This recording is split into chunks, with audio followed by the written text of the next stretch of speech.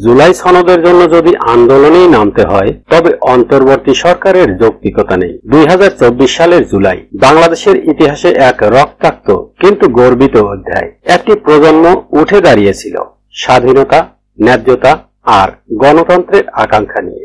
আজ 1 বছর পর সেই আন্দোলনের নেতৃত্বে থাকা একজন মানুষ আলী আহসান জুনায়েদ জানালেন, জুলাই সনদ বাস্তবায়ন না হলে এই সরকারের কোনো অর্থ নেই। কেন?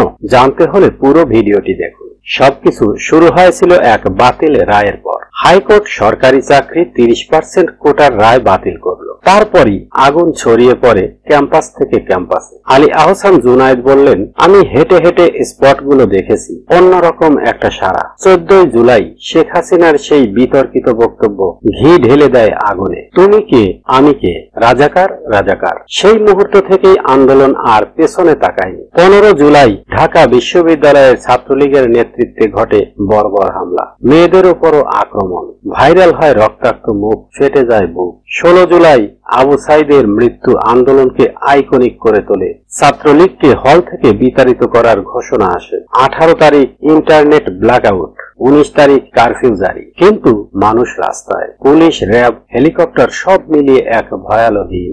31 জন শিক্ষার্থী শহীদ হন শুধু একদিনে। লাশ খুঁজে পাওয়া যায় না, ড্রেনে ফেলে দেওয়া হয়। 9 দফা দাবির মধ্যে অন্যতম ছিল জুলাই সনদ স্বীকৃতি দেওয়া, আহত নিহতদের পুনর্বাসন ও বিচার। 24 তারিখ যখন ইন্টারনেট ফিরে আসে, মানুষ আবার রাস্তায় নামে। মানুষ সোশ্যাল মিডিয়ায় লাল হয়ে যায়। সরকার শোক দিবস পালন করলো, কিন্তু মানুষ জবাব দিল, আমাদের শোকের ভাষা তুমি নির্ধারণ করতে পারো না। 5 আগস্ট লাখো মানুষ রাস্তায়, গুলির পর গুলি, তারপরও থামে না কেউ। এদিক দিয়ে হাসিনা দেশ ছাড়েন। এই আন্দোলন যেন দ্বিতীয় মুক্তিযুদ্ধ, রক্তে, চোখের জলে, প্রতিজ্ঞায় ভেজা। আলী আহসান জুনায়েদ বলছেন, আন্দোলনের আকাঙ্ক্ষা আজও পূর্ণ হয়নি। শহীদদের স্বীকৃতি নেই, বিচার নেই, সনদ নেই। যদি সনদের জন্য আন্দোলন করতে হয় তাহলে এই অন্তর্বর্তী সরকারের কোনো অর্থ নেই। তিনি বলছেন, জুলাই সনদ কোনো দাবি নয়, এটা ফ্যাক্ট।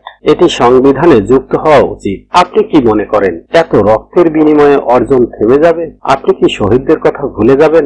জুলাই সনদকে বাঁচাতে আমাদের সকলকে ঐক্যবদ্ধ দরকার। এই ভিডিও শেয়ার করুন, আওয়াজ তুলুন গণ অভ্যুত্থান থেকে নতুন বাংলাদেশ গঠনের জন্য। এই ভিডিও যদি আপনার হৃদয়ে কড়া দেয় তাহলে লাইক করুন, শেয়ার করুন, সাবস্ক্রাইব করুন। জুলাই শুধু 1 মাস নয়, এটা এক জাতির রক্তমাখা আকাঙ্ক্ষা। আপনার অবস্থান জানান কমেন্টে।